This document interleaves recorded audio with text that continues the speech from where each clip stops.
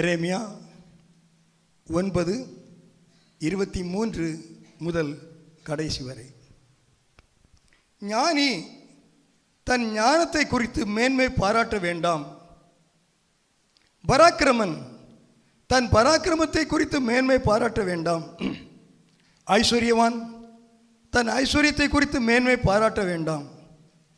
மேன்மை பாராட்டுகிறவன் பூமியிலே கிருபையையும் நியாயத்தையும் நீதியையும் செய்கிற கர்த்தர் நான் என்று என்னை அறிந்து உணர்ந்திருக்கிறதை குறித்தே மேன்மை பாராட்ட கடவன் என்று கர்த்தர் சொல்லுகிறார்.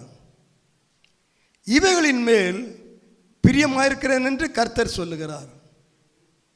இதோ நாட்கள் வரும், அப்பொழுது விருத்த சேதனம் இல்லாதோர்களோடும் கூட விருத்த சேதனம் உள்ள யாவரையும், எகிப்தையும் யூதாவையும் ஏதோமையும் அம்மோன் புத்திரரையும் மோவாபையும் கடைசி எல்லையில் உள்ள வனாந்தர குடிகளான யாவரையும் தண்டிப்பேன். புறஜாதியார் அனைவரும் விருத்த சேதனம் இல்லாதவர்கள், ஆனாலும் இஸ்ரவேல் வம்சத்தார் அனைவரும் இருதயத்திலே விருத்த சேதனம் இல்லாதவர்கள் என்று கர்த்தர் சொல்லுகிறார். உங்களுக்கு செய்தி புரிஞ்சிருக்குன்னு நம்புகிறேன். எத்தனை பேர் விளங்கியிருக்கு? கைகளை தூக்குங்க. அதாவது மீண்டும் வாசிக்கிறேன். கடைசி புறஜாதியார், இது 26 கடைசி சென்ட்ரல்லேருந்து வாசிக்கிறேன். புறஜாதியார் அனைவரும் விருத்த சேதனம் இல்லாதவர்கள், ஆனாலும் இஸ்ரவேல் வம்சத்தார் அனைவரும் இருதயத்திலே விருத்த சேதனம் இல்லாதவர்கள் என்று கர்த்தர் சொல்லுகிறார். நாமெல்லாம் இஸ்ரவேலர், மற்றவங்களாம் புறஜாதியார். அவர் அன்றுள்ள நிலைமையில சொல்கிறாரு. வேதவசனம் அன்றைக்கும் இன்றைக்கும் என்றைக்கும், இன்றைக்கும் அதுதான். விருத்த சேதனம் உள்ளவர்கள் என்று நாம் பெயர் பெற்றிருக்கிறோம், ஞானஸ்நானம் பெற்றவர்கள் என்று நாம் அறியப்பட்டிருக்கிறோம். ஆனால் இருதயத்திலே விருத்த சேதனம் இல்லாதவர்கள் என்று ரோமர் 2:29. உள்ளத்திலே யூதனானவனே யூதன், எழுத்தின்படி உண்டாகாமல் ஆவியின்படி இருதயத்தில் உண்டாகும் விருத்த சேதனமே விருத்த சேதனம். இப்படிப்பட்டவனுடைய புகழ்ச்சி மனுஷனாலே அல்ல, தேவனாலே உண்டாயிருக்கிறது. இங்கே ஒன்று சொல்லப்படுகிறது. குறிப்பளை தான் சொல்கிறேன். இப்போ பெரிய பிரசங்கம் பண்ணணும்லாம் எனக்கு விரும்புவதில்லை. குறிப்பளை சொல்ல உங்களுக்கு விளங்கும். உள்ளத்திலே யூதனானவனே யூதன், எழுத்தின்படி நியாயப்பிரமாணத்தின்படி அல்ல, இருதயத்தில் உண்டாகும் விருத்த சேதனமே விருத்த சேதனம். இன்றைய நாட்களிலே இருதயத்தில் விருத்த சேதனம் இல்லை, ஆனால் தங்களை விருத்த சேதனம் உள்ளவர்களாக வெளியே காட்டிக்கொள்கிறார்கள். இன்று அதாவது நான் சொல்லக்கூடிய காரியங்கள் உங்கள் எல்லாருக்கும் எல்லாம் பயன்படாது, அதனால் புரிஞ்சிடுங்க. ஒரு குறிப்பிட்ட பர்சன்டேஜுக்கு ஒரு வசனம் பயன்படும், இன்னும் கொஞ்சம் பேருக்கு இன்னொரு வசனம் பயன்படும், இன்னும் சிலருக்கு இன்னொரு வசனம் பயன்படலாம். இதுதான் பிரசங்கத்தில் உள்ள செய்தி. தேவையில்லாத பிடிச்சி வச்சுட்டு அது ஏன் இது ஏன்னு கேட்டிங்கன்னா நீங்கள் தான் என்னென்னா யூல்பிடிசி நீங்கள் ஏமாற்றப்படுவீங்க. உங்களுக்கு தேவையானதை நீங்கள் எடுங்க, கற்றுக்கொள்ள வேண்டியதை கற்றுக்கொள்ளுங்க, கற்றுக்கொண்டவைகளுக்காக நீங்கள் சந்தோஷப்படுங்க, கேட்கிறவைகளை நீங்கள் ஏற்றுக்கொள்ள பிரயாசப்படுங்க, கேட்கிறவர்களுக்கு எதிராக கேள்வி கேட்க நீங்கள் துணியாதிருங்கள். நல்லா புரிஞ்சிடுங்க. நமக்கு ஒரு அறிவின் எல்லை இருக்கு, ஆண்டவருடைய அறிவுக்கு எல்லை நமக்கு தெரியாது. நம்ம ஆண்டவரை கேள்வி கேட்கலாமா? அவர்கிட்ட சந்தேகம் கேட்கலாம், கேள்வி கேட்கக்கூடாது, எதையும் கேட்கலாம் சொல்லுவார். அறிய வேண்டிய எதையும் கேட்கலாம். கேள்வின்னா அந்த வார்த்தைக்கு 2 அர்த்தம் உண்டு. கொஸ்டினிங் அது வேற, என்கொயரிங் கேட்டு விசாரிக்கலாம். நம்முடைய வாழ்க்கையில் அப்படிதான், நம்ம எதையும் கேட்கலாம் யாரோடும், ஆனால் கேள்வியை கேட்கிறது பார்த்து கேட்கணும். தகப்பன் பிள்ளைகிட்ட கேள்வி கேட்கலாங்க, பிள்ளை தேவைப்பட்ட விசாரிக்கலாம், கேள்வி கேட்கக்கூடாது. புரியுதா? ரைட். இருதயத்தில் விருத்த சேதனம் உள்ளவர்களாக இருக்கிறோமா? இருதயத்தில் விருத்த சேதனம் இல்லாதவன், வெளியிலே விருத்த சேதனம் உள்ளவன், தன் இருதயத்தில் எதை வைத்துக்கொண்டு தன்னை விருத்தசேதனம் உள்ளவனாக அவன் காட்டுவான். அவனுக்கு நீதி நியாயங்கள் தெரியும், வேத அறிவு இருக்கும், அவன் கட்டிக்கான் ஞானியாக இருப்பான். கர்த்தர் அதில் ஒன்றும் மேன்மை பாராட்டாத, நீ இருதயத்தில் விருத்தசேதனம் ஆயிருக்க, அவனுக்கு உன்னை இருதயம் விருத்தசேதனம் பண்ணப்பட்டிருக்கா, அதை நீ பாருன்னு சொல்கிறார். அதை நாம் உங்களை பார்க்க முடியாது, நீங்களும் என்ன பார்க்க முடியாது, நாம் அவரவரும் அதை அறிந்து கொள்ளலாம். நாம் பிறரை ஜனங்களுக்கு முன்பாக விருத்தசேதனம் உள்ளவர்களாக காட்டுகிறவர்களாக இருந்தால் நாம் வழியான விருத்தசேதனம் உள்ளவர்கள். பழையற்பாட்டின் காலம் தேவனுக்கு முன்பாக நம்மை நிறுத்தி விருத்தசேதனம் உள்ளவர்களாக காட்டினால் அது சரியான உள்ளத்திலே உண்டான விருத்தசேதனம். அல்லேலூயா. இந்த உள்ளத்தில் விருத்தசேதனம் உண்டாக நாம் என்ன செய்யணும்? ரொம்ப சிம்பிள். மனம் மறுரூபம் ஆக வேண்டும், உள்ளம் மறுரூபம் ஆக வேண்டும். அது எங்க இருக்கு? ரோமரில் இருக்கு. ரோமர் 12 அதிகாரம், ரோமர் 12 1, 2 நான் வாசிக்கிறேன். அப்படி இருக்க சகோதரரே, நீங்கள் உங்கள் சரீரங்களை பரிசுத்தமும் தேவனுக்கு பிரியமான ஜீவ பலியாக ஒப்பு கொடுக்க வேண்டும் என்று தேவனுடைய இரக்கங்களை முன்னிட்டு உங்களை வேண்டிக் கொள்ளுகிறேன். இதுவே நீங்கள் செய்யத்தக்க புத்தியுள்ள ஆராதனை. உங்களை ஜீவ பலியாக ஒப்பு கொடுக்க வேண்டும் என்று வேண்டிக் கொள்ளுகிறேன். இதுவே ஆராதனை. ஆராதனை என்னங்க? இன்று வேறு ஆராதனை உள்ள வார்த்தையை அதிகமாக யூஸ் பண்ணுறோம். கர்த்தருக்கு மகிமையாக எதையும் யூஸ் பண்ணலாம், பிரச்சனை இல்லை. ஆனால் எது முக்கியமாக அவளை விட்டுறவங்க. ஆராதனைகள் இன்று ஆடலிலும் பாடலிலும் மியூசிக்கிலும் அமைந்து விட்டது. சரியா? ஒன்று சொல்கிறேங்க, தீர்க்க தரிசனம் இல்லை, நடக்க போகிற சொல்கிறேன். வருங்காலத்தில் மிக விரைவாய் ரட்சிக்கப்படாதவர்கள், புறஜாதியிலே பிரபல்யமாக இருக்கிறவர்கள் இன்றைய சபைகளை தொடங்கி நடத்துகிற காலம் சீக்கிரமாய் வருகிறது என்று நான் நம்புகிறேன். ஏன்னா அவன் நல்ல பாடல் தெரிஞ்சவனாக இருப்பான், மியூசிக் போடுவான், பைபிள் தான் இன்றைக்கி தெரியும் எல்லாருக்கும். அநேக ஜனங்கள் போவாங்க. காலம் சீக்கிரம் வந்துடும். ஜாக்கிரதையாக இருக்க கர்த்தர் உதவி செய்வாராக. ஜீவ பலியாக ஒப்பு கொடுக்க வேண்டும், அது ஆராதனை. ஜீவ பலி யார் ஒப்பு கொடுத்தா? ஆபிரகாம் மகனை ஒப்பு கொடுத்தான். ஒன்று சொல்றாங்க, அமைதியா சொல்றாங்க, தெளிவா சொல்றேன், புரிய முடிஞ்சா புரிஞ்சுங்க, இல்லைன்னா விட்டுருங்க. என்ன நான் சொன்ன தப்புன்னு சொல்லாதுங்க. ஆபிரகாம் குமாரனை பலி கொடுத்து அவன் விசுவாசிகளின் தகப்பனானான். தேவனுடைய சித்தப்படி பிள்ளைகளை ஒப்பு கொடுக்காமல் எந்த ஒரு நபரும் விசுவாச பாதையில் வர முடியாது. அதுக்கு காலம் வரும்போது அது வேற. Until that time ஆண்டவர் எப்படி ஒரு அழகான மார்க் வச்சிருக்காரு பார்த்தீங்களா? விசுவாசியம் 6000 8000 ஆண்டு கழிஞ்சாலும் விசுவாசியம் வரணும்னா he must win over his relationship with all his family members. குடும்பத்தோட எல்லாத்தையும் விட்டு நிற்கிற ஒருவன் தாங்க ஆண்டோட விசுவாசி. ஏற்றுக்கொள்ளுங்க, ஏற்றுக்கொள்ளாம இருங்க. ஆண்டவர் பரலோகத்தை விட்டு நம்மகிட்ட வந்தார்ல. ஆண்டவர் இந்த உலகத்தில் நம்முடைய குடும்பத்தை அழகா வைக்க வரலங்க. இந்த உலகத்தில் நம்முடைய குடும்பத்தை ஐஸ்வர்யமா வைக்க வரல. இந்த உலகத்தில் ஒரு கெட்டிக்காரன் உள்ள ஒரு ஸ்தானத்தை வைக்க வரல. It will go with the world.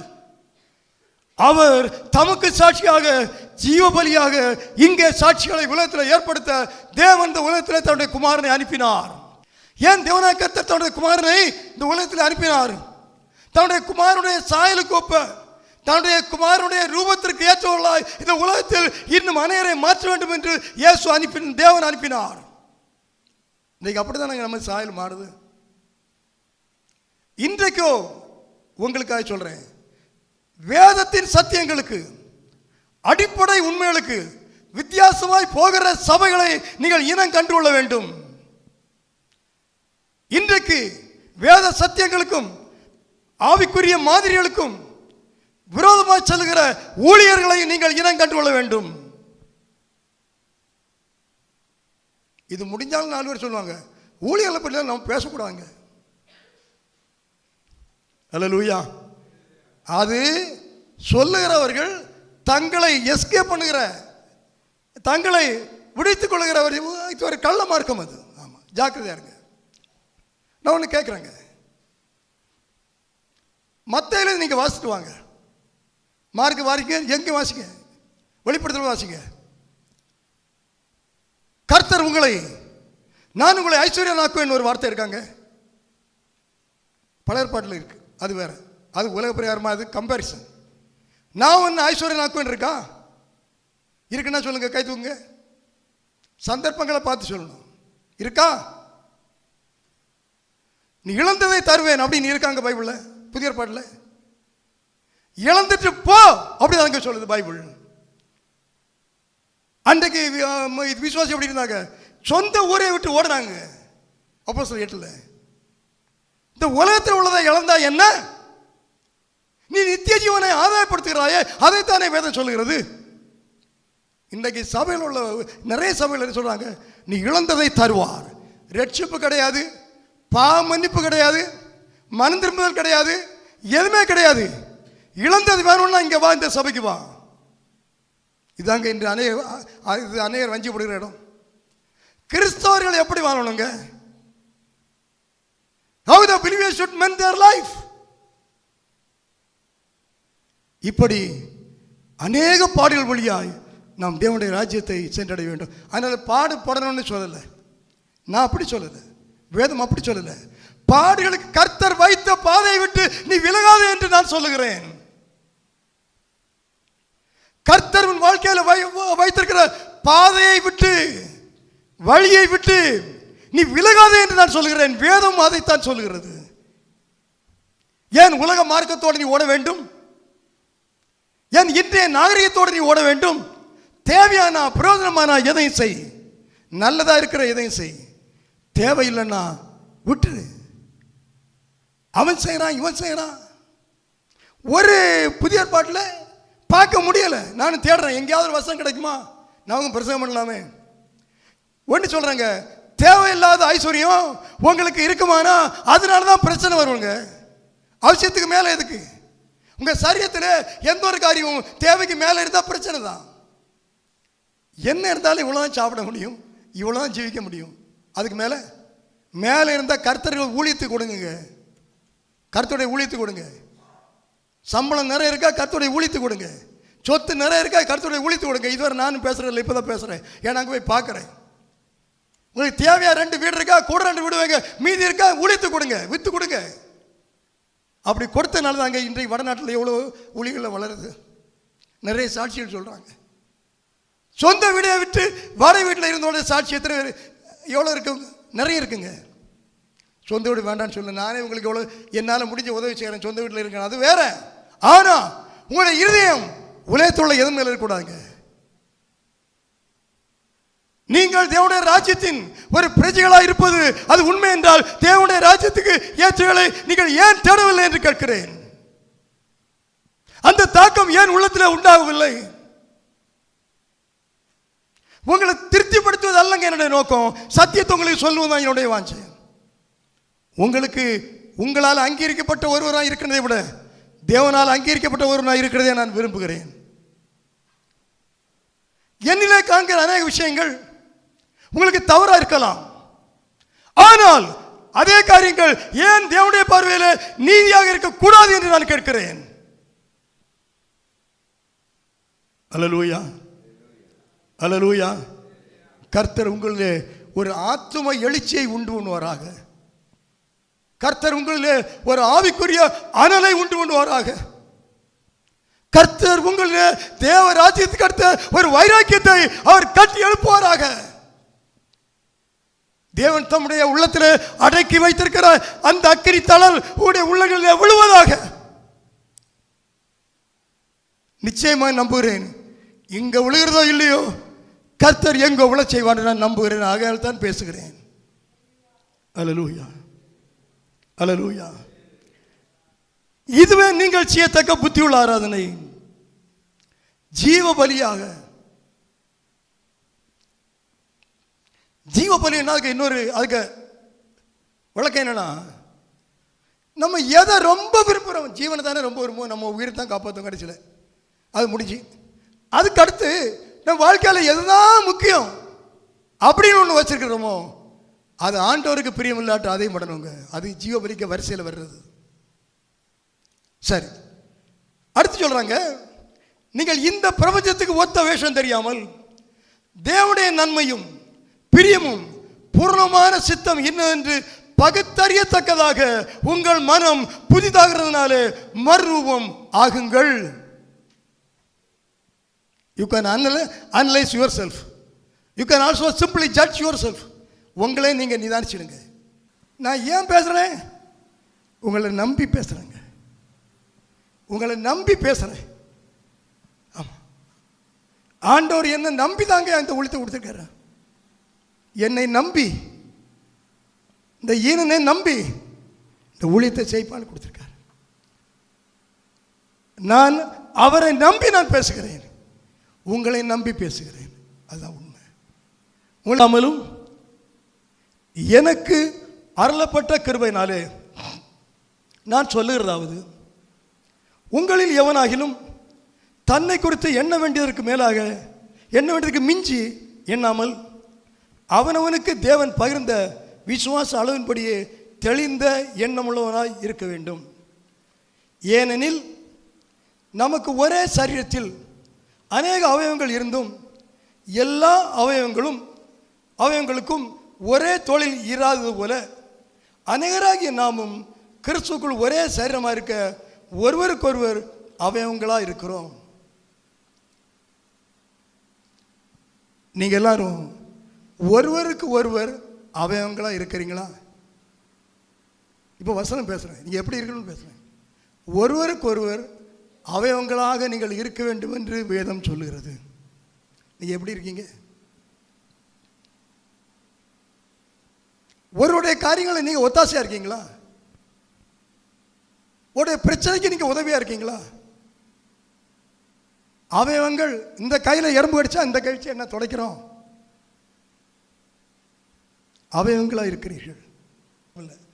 உங்கள் அன்பு மாயமற்றதாக இருப்பதாக தீமை வெறுத்து நன்மையை பற்றி கொண்டிருங்கள். உங்கள் அன்பு மாயமற்றதாக இருப்பதாக, உங்கள் அன்பு மாயமற்றதாக இருப்பதாக. இந்த வசனத்துக்கு அர்த்தம் உங்களுக்கு புரியுதா? நீங்கள் மற்ற எல்லாரையும், உணவுள்ள சகோதர சகோதரிகள் எல்லாரையும் எப்படி நேசிக்கிறீங்க, எப்படி அன்பு கூறுறீங்க?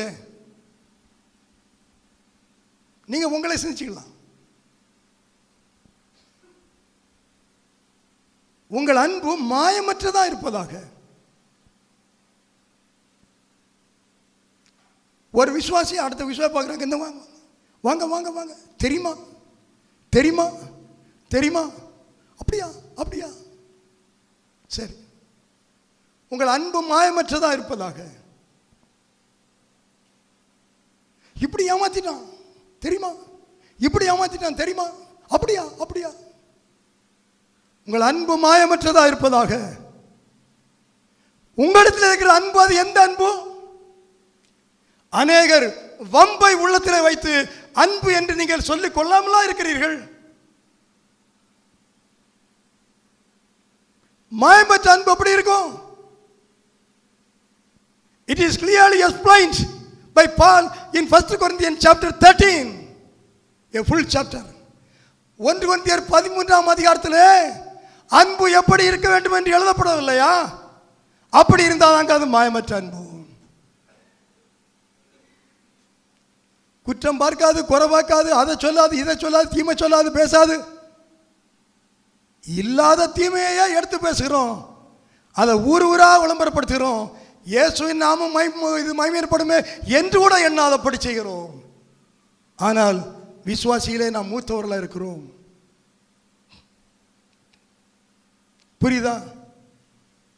உங்கள் அன்பு மாயமற்றதாக இருப்பதாக. ஒன்று சொல்றேன், நான் அப்படி நினைக்கிறேன். ஒருவர் எந்த நன்மையுமே செய்யலை, வேதத்தின்படி அவர் நல்லதே செய்யலை, சரி. ஆனா என்ன தப்பு செய்தாலும் ஆண்டவரே தப்புப்பா தப்புன்னு சொல்லுவார். அதுதான் யாருக்கும் பிரோஜனம் இல்லை. கடைசியில் அவங்க போயிடுவாங்க மேலே. நன்மை செய்யறதுக்கோன்னு சொல்ல நம்ம போக மாட்டாங்க. ஆறா நடத்துகிற நான் போக மாட்டேன். ஆண்டவரே தப்புப்பா தப்புன்னு சொல்லிருக்க விசுவாசி போயிடுவாங்க. உங்கள் அன்பு மாயமற்றதாக இருப்பதாக. இன்றைய விசுவாசிகள் நிலைமையை பார்க்கும்போது, இன்றைய சபை நிலைமையை பார்க்கும்போது, தேவனுடைய அன்பு, உண்மையான அன்பு எத்தனை பேருடைய உள்ளத்தில் இருக்கிறது என்பது ஒரு கேள்விக்குறியாகவே இருக்கிறது. வேதனையோடு தான் சொல்றாங்க. We are following the love of Jesus Christ who died on behalf of us on the cross. நமக்காக கல்வாரியிலே மாண்ட இயேசுவுடைய அன்பை உடையவர்களாக இருக்க வேண்டும் என்று வேதம் சொல்லுகிறது. இந்த அன்பு இல்லாவிட்டால் நான் கம்போடு வருவேன் என்று பவுல் சொல்லுகிறார். நீங்க சொல்றீங்க, நீங்க உங்களை சொல்ல, இன்றைய சபை சொல்லுது. அந்த அன்பு எப்படிங்க இருக்க முடியும்? எப்படிங்க கம்பெடுத்துட்டு வர முடியும்? அல்லேலூயா. கர்த்தர் கிருபையா இருப்பாராக. அதாவது நான் செய்தி கொடுக்குறப்போ நினைப்பேன், யாராவது பாதிக்கப்பட்டிருக்கிற உள்ளங்கள்ல இதை இந்த பாயிண்ட் சொன்னால் இருக்க வருத்தமாக இருக்கும் அப்படின்னு நினைக்கிறது உண்டு. ரொம்ப அதுக்காக மாற்ற மாட்டேன். ஆனால் ஒன்று சொல்கிறேங்க, 90 பேரை பாதிக்கப்படக்கூடாது அப்படின்னு நான் பார்த்து பேசுகிறவனா இருந்தா அதில் உருவாகிற 10 பேர் உருவாக வாய்ப்பு கொடுக்கவில்லை என்று அர்த்தம். புரியுதா? 100க்கு ஒரு 5 பேர் வளரணும்னு இருப்பாங்க. 95 பேர் சும்மா டம்மி. இந்த 95 பேரும் குற்றம் பிடிக்கிறாள் அப்படின்னு வச்சுங்க. இந்த 95 பேருக்கு வேண்டி அந்த பாஸ்டர் சத்தியத்தை பேசாம இருந்தா, வளர்ச்சிக்கு ஏதுவான காரியங்களை பேசாம இருந்தா, அந்த வளர வேண்டிய 5 பேர் கூட வளர முடியாமல் போய்விடும். இந்த 95 பேரும் இருக்கிறது பிரயோஜனம் இல்லை. போனா போட்டோம், அந்த 5 பேராவது வளரட்டுமே, பரலோகத்துக்கு போட்டுமே. எது நல்லது? நீங்கள் வேத சத்தியங்களை உங்களுடைய உலக அறிவுக்கு உட்படுத்துகிறீர்கள், கீழ்படுத்துகிறீர்கள் என்று திட்டமாக சொல்லுகிறேன். நீங்கள் உங்கள் வேத சத்தியங்களை உடைய உலக அறிவுக்கும் அனுபவத்துக்கும் உட்படுத்துகிறீர்கள், கீழ்படுத்துகிறீர்கள் என்று திட்டமாக சொல்லுகிறேன். You must come out of, அது வந்து வெளியே வரணும். நீங்க வெளியே வரணுங்க. ஆவிக்குரிய காரியங்களில் தைரியமா நிற்கணுங்க. லாபம் வந்தா நிற்பேன், நஷ்டம் வந்தா ஓடுவேன் இல்லை. உலகத்தில் சில காரியங்களுக்கு போராடுறவனே உயிர் போனாலே போராடுறான். சத்தியத்துக்கு போராடுற நாம எப்படி போராடுறோம்? உங்களை சொல்ல, ஜெனரல் சபையை சொல்றேன். Now I am always talking about the general church and the common Christianity what we see around us and also in the world. உலகத்தில் இருக்கிற இன்று பரவி வருகிற பொதுவான கிறிஸ்தவத்தை குறித்து நீங்கள் அதில் வஞ்சிக்கப்பட்டு போகக்கூடாது என்பதனால இவளை பேசுகிறேன். அல்லேலூயா, அல்லேலூயா. இவைகளை தாண்டி நீங்க மேலே வந்தா நீங்க நிச்சயம் பாக்கிவாங்க. உங்கள் அன்பு மாயமற்றிருப்பதாக தீமை வெறுத்து நன்மையை பற்றி கொண்டிருங்கள். சகோதர சிநேகத்தில் ஒருவர் மேல் ஒருவர் பட்சமா இருங்கள். பட்சமா இருக்கீங்களா? இது அர்த்தம் என்ன? உங்க வீட்டில் ஒரு சகோதரர் ஒரு தப்பு பண்ணுனா, பெரிய தப்புட்டாரு, யார்கிட்டையும் சொல்ல மாட்டீங்க. அதை பானைக்குள்ள போட்டு மூடி வச்சு சீல் பண்ணிடுவீங்க. இன்னொரு சகோதரன் ஒரு சின்ன தப்பு பண்ணியிருப்பார், அதை மற்ற எல்லாம் உங்களை சொல்லலை, எல்லா விசுவாசிகள்கிட்டையும் உலகத்திலையும் சொல்லியிருப்போம். அப்படிதானே? அப்படிதானே இல்லையா? உங்க வீட்டில் ஒரு தவறு நடந்திருக்கும், அடுத்த வீட்டில் ஒரு தவறு நடந்து நீங்க இருக்கல, ஒருவேளை யாராவது இருந்தால் நீங்க மாறிடுங்க. அவ்வளவுதான். அதான் உங்கள் அன்பு மாயப்பட்டதாக நன்மை தீமையை வெறுத்து நன்மை பற்றி கொண்டிருங்கள். சகோதர இது என்ன சொல்லுது? ஒருவனும் தீமைக்கு தீமை செய்யாதீர்கள். அப்படின்னா என்ன? நீ தேவையில்லாமல் யாருக்கும் தீமை செய்யாத, அது தேவைதான், நியாயம்தான். உனக்கு ஒரு தீமை செய்தாலும் நீ என்ன செய்யாத, தீமை செய்யாத. அல்லேலூயா, அல்லேலூயா. ஆமாம், எனக்கு பொதுவாக யார் மேலேயும் அப்படி பண்ணிட்டாங்க அப்படி பண்ணி கோபம் இருக்காது. நிறைய பேர் சர்ச்சை விட்டு போயிருக்காங்க. எல்லோரும் என்கிட்ட ஃப்ரெண்டாக எங்கே பார்த்தாலும் பேசுவாங்க. நாங்கள் அன்பாக தான் இருக்கிறோம். சர்ச்சை விட்டு போனால் யாரையும் நான் என்ன விலைக்கு வச்சதில்லை. அவங்க போகிறாங்க, ஆனால் அவங்க ஏதோ சபையில் இருக்காங்க, அப்போ நம்ம ஐக்கியத்தில் இருக்காங்க அப்படின்னு நினைப்பேன். ஒரு 3 நாளைக்கு முன்னால் சர்ச்சை விட்டு போன குடும்பம் என்னை கூப்பிட்டாங்க இந்த பக்கத்தில். பாசம் கொஞ்சம் வந்துடுவோம் முடியுமான்னு. சொல்லுங்க பிரதர், வாரம் பிரதர். போனேன். ஒரு 1:30 மணிக்கு பேசிட்டு இருந்தேன். அவங்க சர்ச்சில் இருந்து போனவங்க தான். என்ன அப்படி விரோதம்லாம் கிடையாதுங்க. தீமை செய்யணும்னு செய்தவங்களுக்கு தீமை செய்யக்கூடாதுன்னு பைபிள் சொல்லுது. அதுதான் உண்மை, அதுதான் உண்மை. தீமை செய்தால் கூட அவங்களுக்கு நாம் தீமை செய்யக்கூடாது. விலகிடும். முன்காலத்தில் தீமை செய்ய மாட்டேன், தீமை செய்தவங்களுக்கு தீமை செய்வேன் நான் முன்காலத்தில். இப்போ தீமை செய்யாதவங்களுக்கும் தீமை செய்யக்கூடாது. அவங்க செய்துட்டு போட்டு அதுக்குள்ள பலனை படத்தில் வாங்கட்டு. தீமை செய்யாமல் இருந்து எனக்குள்ள பலனை நான் ஆண்டோட்ட வாங்கணும். உங்களை குறித்து தீமையாக பேசினாலும் அவங்களுக்கு நீங்கள் தீமையாக பேசாதுங்க. நன்மைக்கு எதுவாக பேசுங்க, தீமை பேசாதுங்க. அன்பாருங்க. அப்போஸ்தல காலத்தில் சபைகளில் எப்படிப்பட்ட இருந்தால் அப்படி இருங்க. ஸ்தோத்திரம். கூடுமானால் உங்களை ஆண் மட்டும் எல்லா மனுஷரோடும் சமானமாக இருங்கள். வசனங்களை சரியாக புரியணும்னா ஆவியானவர் வேணும். அறிவை கொண்டு வசனங்களை பிரியப்படுத்தாங்க. எனக்கு 1-2 ஃபேமிலிஸ் தெரியும். ஆண்டவரை பெண்டிகாஸ்டை வெறுக்கிற சமுதாயத்தோட ரொம்ப க்ளோஸாக இருப்பாங்க. அது தவறு. உலகத்தில் துன்மார்க்க இருக்கிறான், அவனோடு நாம கலந்துருக்கலாமா? கலந்துருக்க கூடாது. அடுத்து அவனோட கலந்துருக்கலாம். எப்படி கலந்துருக்க கூடாது? தேவையில்லாமல் அவன்கிட்ட போய் நாம காரியம் பண்ண அவசியம் இல்லை.